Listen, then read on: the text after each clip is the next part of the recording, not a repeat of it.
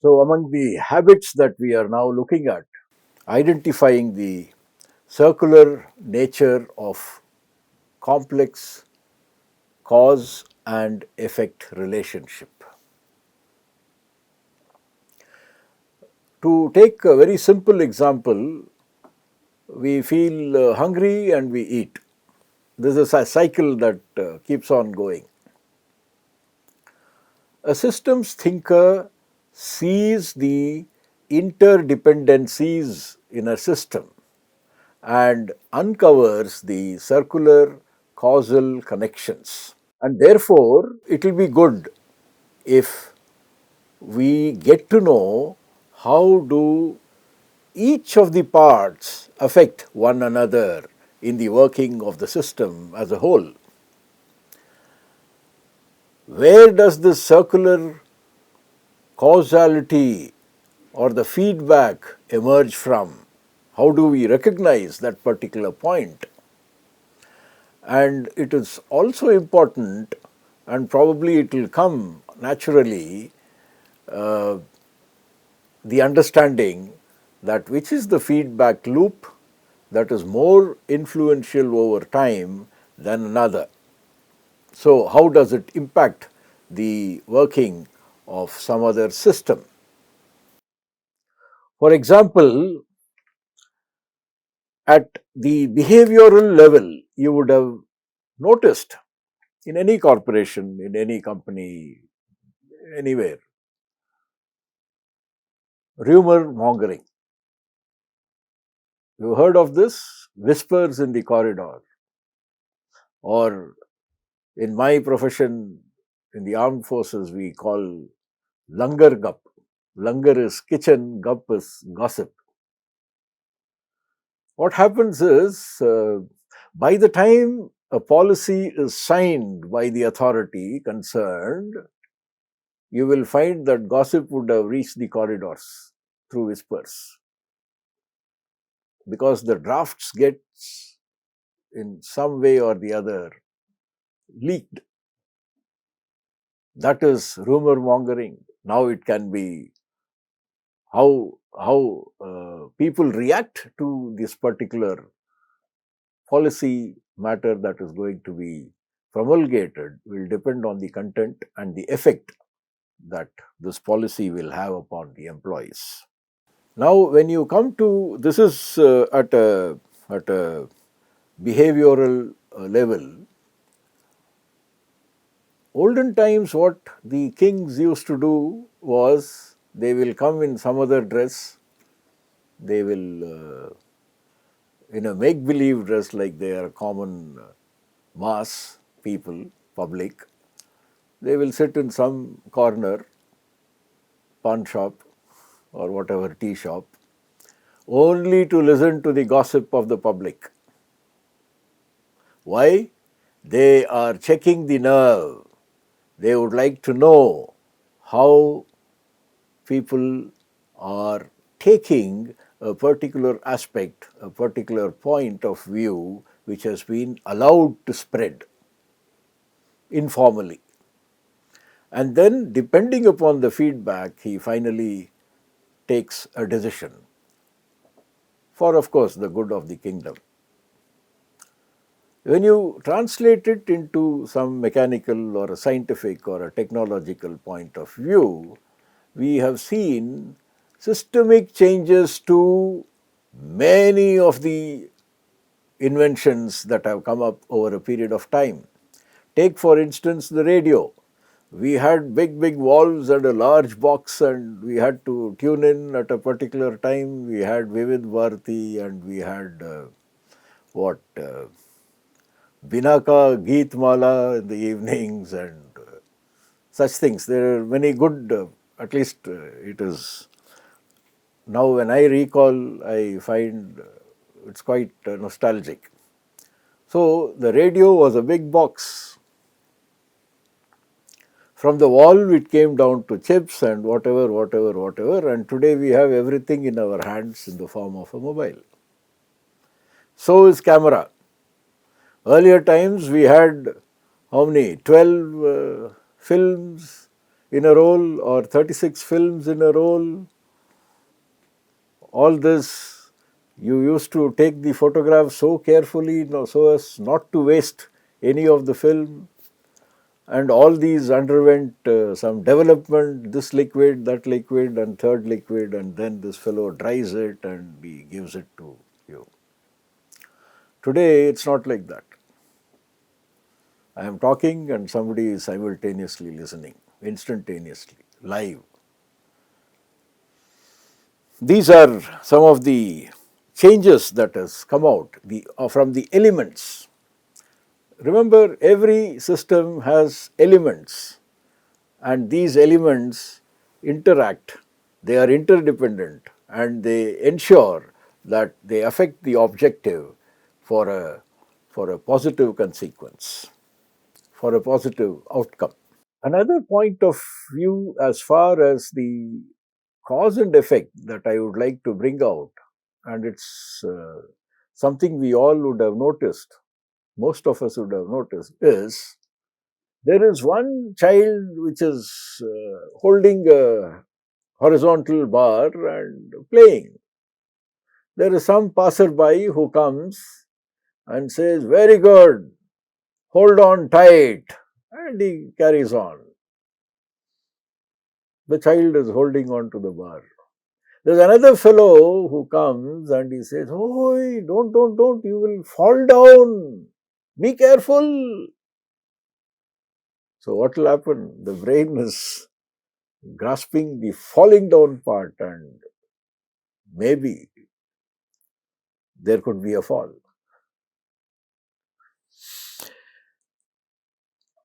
As far as the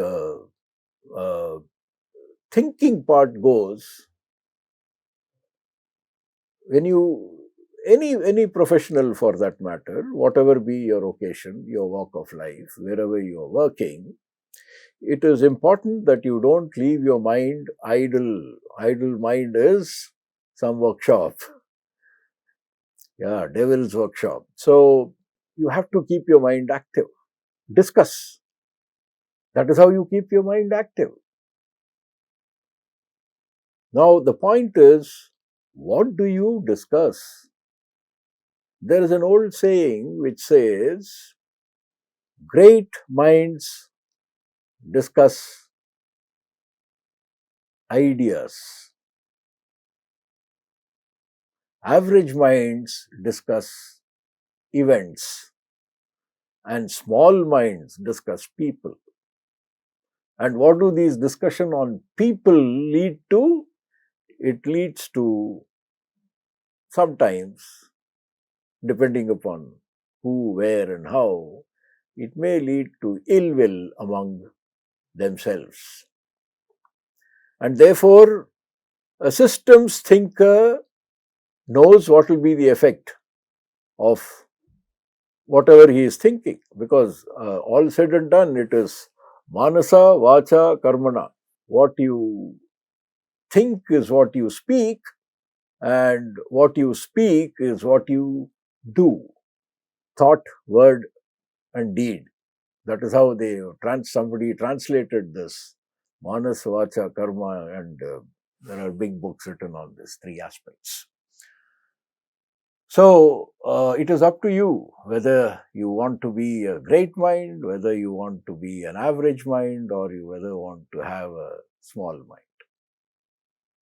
So much for identifying the complex cause and effect relationships. Now, so let's get back and look at the next habit, which is a systems thinker considers the short term, long term, and unintended consequences of actions. He or she looks ahead and anticipates not only the immediate results of actions, but also the effects it will have down the road.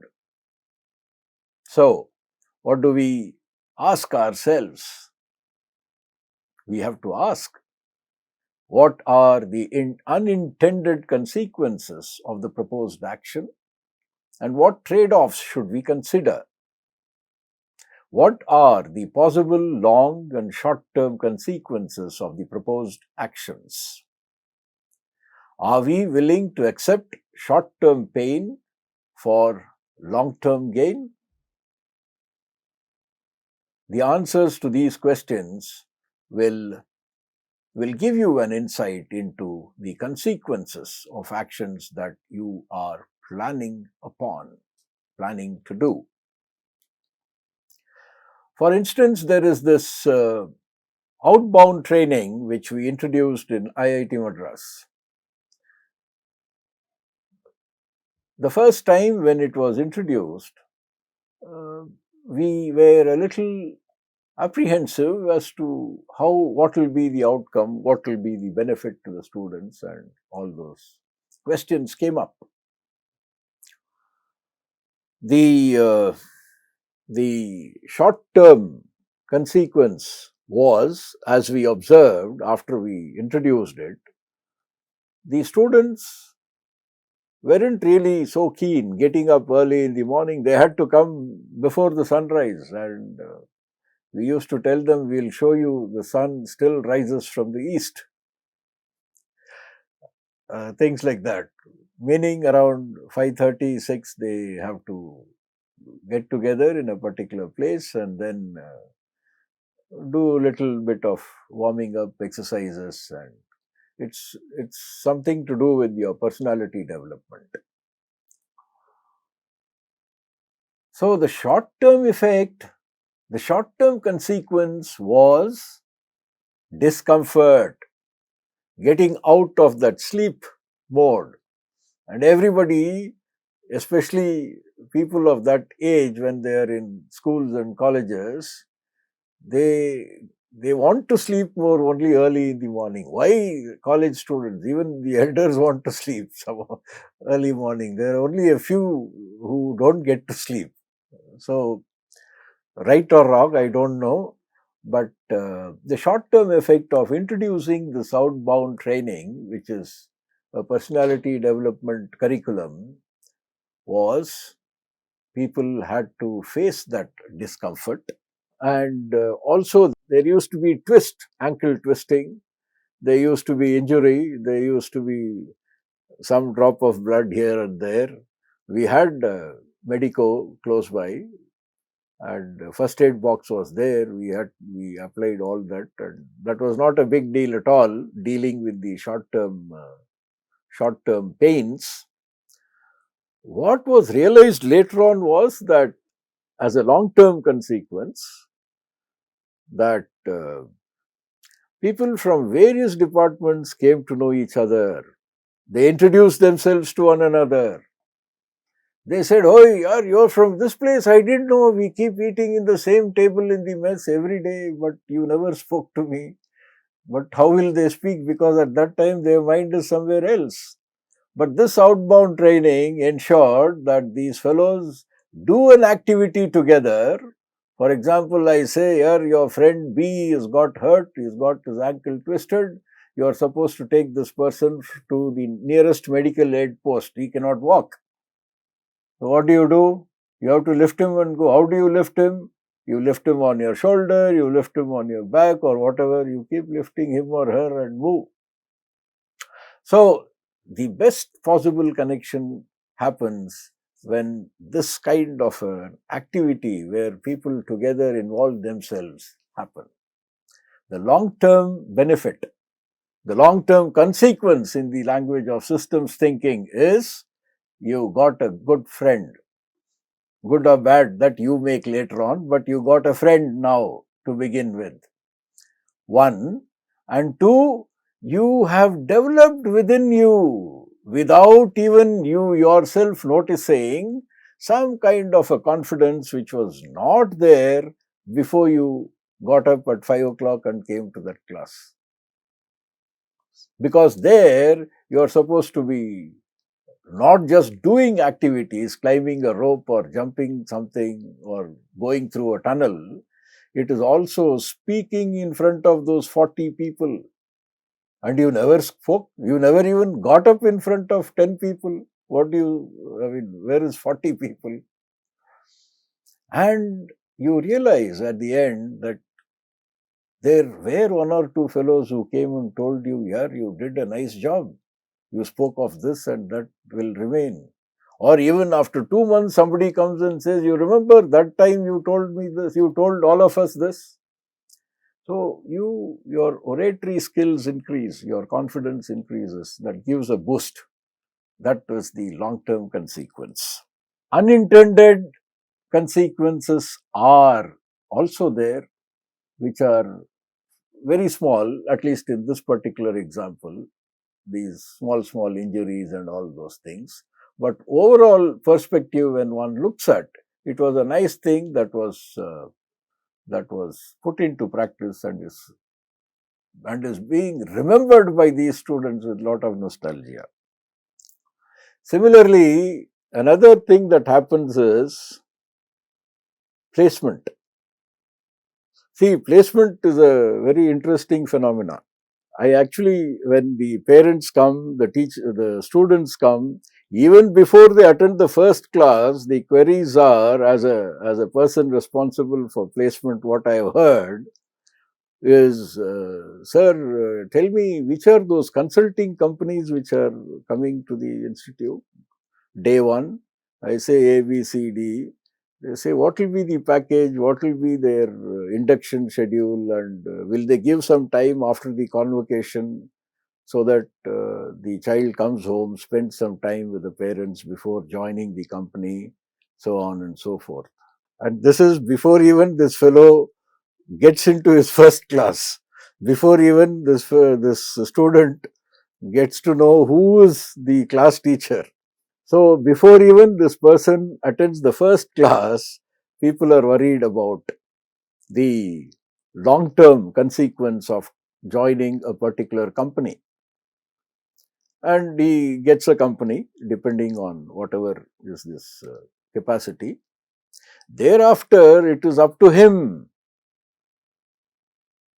to conduct himself in a manner, or her to conduct herself in a manner that he or she progresses in that career path. There will be many short-term uh, consequences of a particular action, whether during induction or when you're in a part of a project or something like that. So there, some of the important things that people have told me is adapting to the environment is very important, not just the environment in terms of machinery, but also the environment in terms of friends, philosophers, guides, human beings. I always compare this placement because they want everything in a package, like a matrimonial package. Even in matrimony, the husband and wife, the boy and a girl get married and they formulate some company. And what will be the short-term consequence or long-term consequence and unintended, we don't know. Everything depends upon how you adapt. Like I said, you have to adapt to the company norms, ethos, culture. Here also, in a marriage, you have to adapt to each other, one another. It's a matter of give and take. And there will, of course, be short term, long term, and unintended consequences. Not just in these two aspects of life, in many other aspects of life. But limiting it to profession, it's all about knowing, knowledge, skill, and attitude. There's one more point that I remember now is about the short term, long term, and unintended consequences. Is learning cycling. See, I learned cycling in some place in Madhya Pradesh. That was a hilly terrain, place called Pachmari, near Bhopal, Itarsi, and beyond. And we were, I think, fifth standard, sixth standard boys. And so, two, three friends, we were cycling. It was a road coming down, then a steep climb and all that. Halfway through, when we became a little acquainted with the cycling, we learnt how to cycle. There was one fellow who will say, no hand, he will leave his handbar free and he will say, no hand, no hands, I am still cycling. Then when you are going down, he lifts his leaves his legs off the pedal and he says, no legs, no legs, and he keeps moving. And the cycle keeps moving. And at some point we heard that the cycle fell, and we all looked at his face and we says, no tooth, no tooth, because one tooth fell off. Now, let's get back to our systems thinking habit. The short term consequence is learning, it is a thrill that he got. The long term is he got to know the skill, some new skill, cycling. But this unintended consequence is the tooth which went down. Let's get to the next habit. A systems thinker recognizes the impact of time delays when exploring the cause and effect relationships. A systems thinker understands that often cause and effect are not closely related in time. It is important that we identify the role of time delays in the effects that we expect to see in a system after promulgating a particular instruction, order, etc. We should also know how long is it, the gestation period, how long is it will be for this particular thing to materialize, and such waiting period should be known to the people concerned, else there will be anxiety as to people wanting to know what is the outcome of a particular activity. And therefore, it is important that we understand the importance, the impact of the time delays. For example, what happens is this, we very recently had this education policy that was introduced. It was not introduced immediately, there was a time gap. But before the time gap between the announcement that something is coming up like this and between promulgation, issue of orders, instructions, policy. In between, what happened? They asked the public for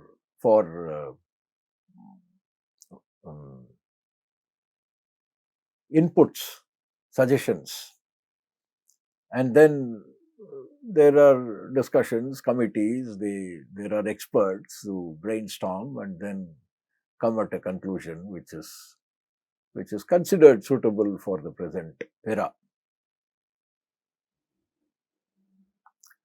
This gestation period is the time when social media becomes active. There are so many posts in all kinds of media that is available, which enables the decision makers to arrive at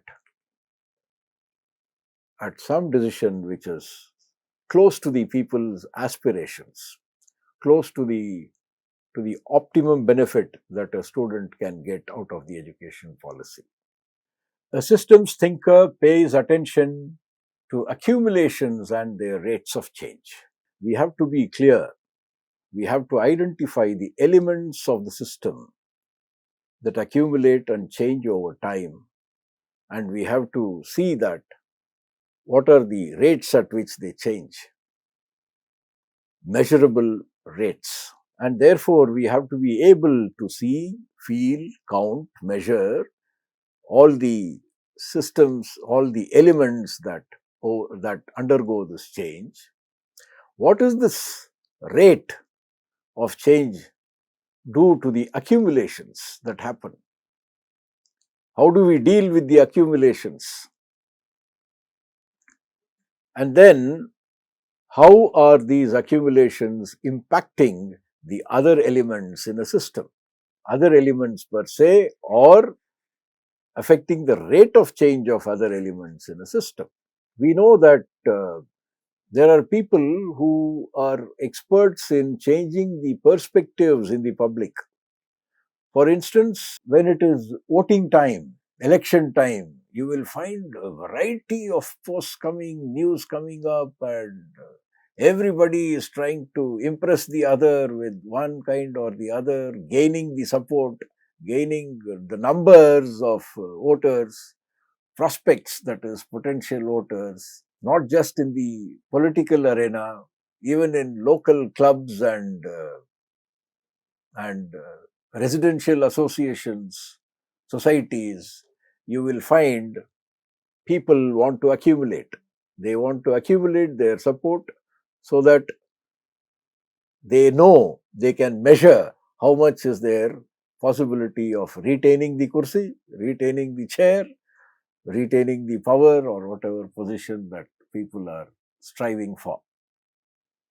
This accumulations, especially in manufacturing industries, one would see if you look at someone who is taking care of the inventory, the stock positions, you will find there are certain items that are fast moving, there are certain items that are dead stock.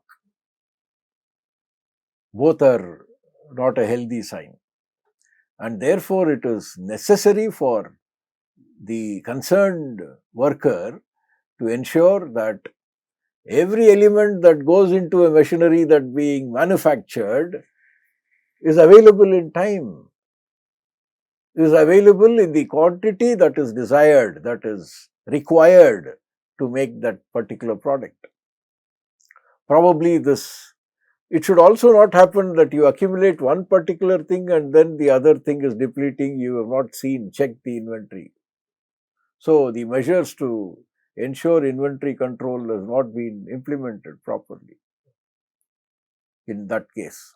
Probably this just in time concept was introduced only to ensure that there is no accumulation, undesired accumulation, and also we have space enough for other items to be kept in that particular area, optimizing the usage of the, the godowns and stores capacity to store. That's about accumulations and their rates of change. We have to ensure, we have to know what is available and what is not, and at what rate things we need.